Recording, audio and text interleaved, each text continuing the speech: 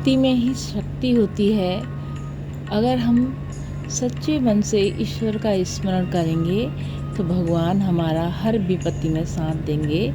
भगवान अपने भक्तों को कभी निराश नहीं करते, बस भक्त की श्रद्धा सच्ची होनी चाहिए। और एक शिव भक्त अपने गांव से केदारनाथ धाम की यात्रा करने गया। पहले यातायात की सुविधाएं नहीं हुआ करती थी। वो शिव भक्त पैदल ही निकल पड़ा। रास्ते में जो भी मिलता तो उससे भगवान केदारनाथ धाम जाने का मार्ग पूछ लेता। मन में भगवान का ध्यान करते हुए उसको चलते चलते कई महीने बीत गए। आखिरकार एक दिन वो केदारनाथ पहुंच ही गया। तीर्थ स्थल केदारनाथ में मंदिर के द्वार 6 महीने खुलते हैं और 6 महीने बंद रहते हैं। वो उस समय पर पहुंचा जब मंदिर के द्वार बंद हो रहे थे। पंडित जी को उसने बताया कि वो बहुत दूर से मीलों की यात्रा करके आया है। पंडित जी से प्रार्थना की, कृपा करके दरवाजे खोलकर प्रभु के दर्शन करवा दीजिए। लेकिन वहाँ का तो नियम है, एक बार पट बंद हो गए तो फिर वो अपने निश्चित समय पर ही खुलेंगे। नियम तो नियम ही है। वो बहुत रोया, बार बार भगवान शिव को याद किया कि प्रभु बस एक बार दर्शन दे दो। वो प्रार्थना कर ही रहा था कि लेकिन किसी ने भी उसकी एक बात नहीं सुनी। पंडित जी बोले, अब यहाँ 6 महीने बाद आना। 6 महीने बाद यहाँ दरवाजे खुलेंगे। यहाँ 6 महीने बर्फ और ठंड पड़ती है। सभी जन यहाँ से चले गए। वो वहीं पर रोता रहा। रोते रोते रात होने लगी, चारों तरफ अंधेरा हो गया। लेकिन उसे विश्वास था कि अपने शिव पर कि वो जरूर कृपा करेंगे।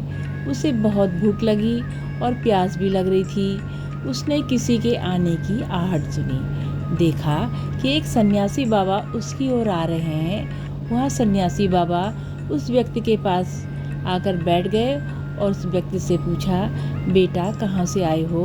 उस व्यक्ति ने सारा हाल उस सन्यासी व्यक्ति को सुना दिया। बोला, मेरा यहाँ आना पर व्यर्थ हो गया है बाबा।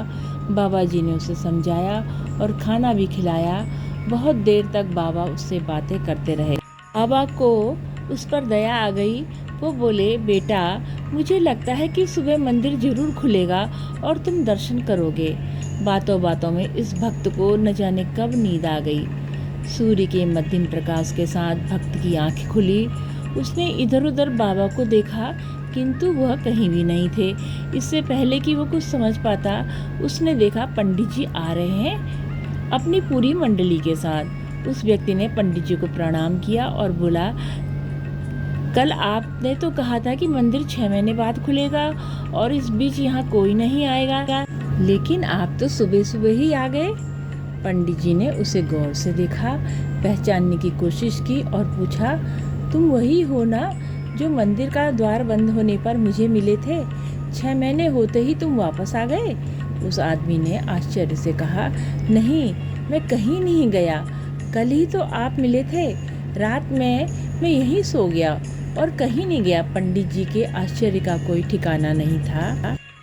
पंडित जी ने उस व्यक्ति से कहा, लेकिन मैं तो 6 महीने पहले मंदिर बंद करके गया था और आज 6 महीने बाद आया हूँ।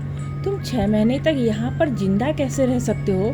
पंडित जी और सारी मंडली हैरान थी। इतनी सर्दी में एक अकेला व्यक्ति कैसे 6 महीने तक जिंदा रह सकता है? तब उस व्यक्ति ने उस सन्यासी बाबा से मिलने की और उनके साथ की गई बातें बता दी कि एक सन्यासी बाबा आए थे। उनकी बड़ी बड़ी दाढ़ी और जटाएं थी। एक हाथ में त्रिशूल और एक हाथ में डमरू लिए मृगशाला पहने हुए थे। पंडित जी और सब लोग उसके चरणों में गिर गए। बोले, हमने तो जिंदगी लगा दी किंतु प्रभु के दर्शन न पा सके। सच्चे भक्त तो तुम ही हो। तुमने तो साक्षात भगवान शिव के दर्शन किए हैं। उन्होंने ही अपनी योग माया से तुम्हारे 6 महीने को एक रात में परिवर्तित कर दिया, कालखंड को छोटा कर दिया। ये सब तुम्हारे पवित्र मन, तुम्हारी श्रद्धा और विश्वास के कारण ही हुआ है। ये सुनकर वो शिव भक्त भी अचरज में पड़ गया। इसी वजह से केदारनाथ महादेव को जागृत महादेव कहा जाता है। ये प्रसंग कई धर्म शास्त्रों में मिलता है। जय हो भोले। जय हो भोले बाबा की जय। हर हर महादेव।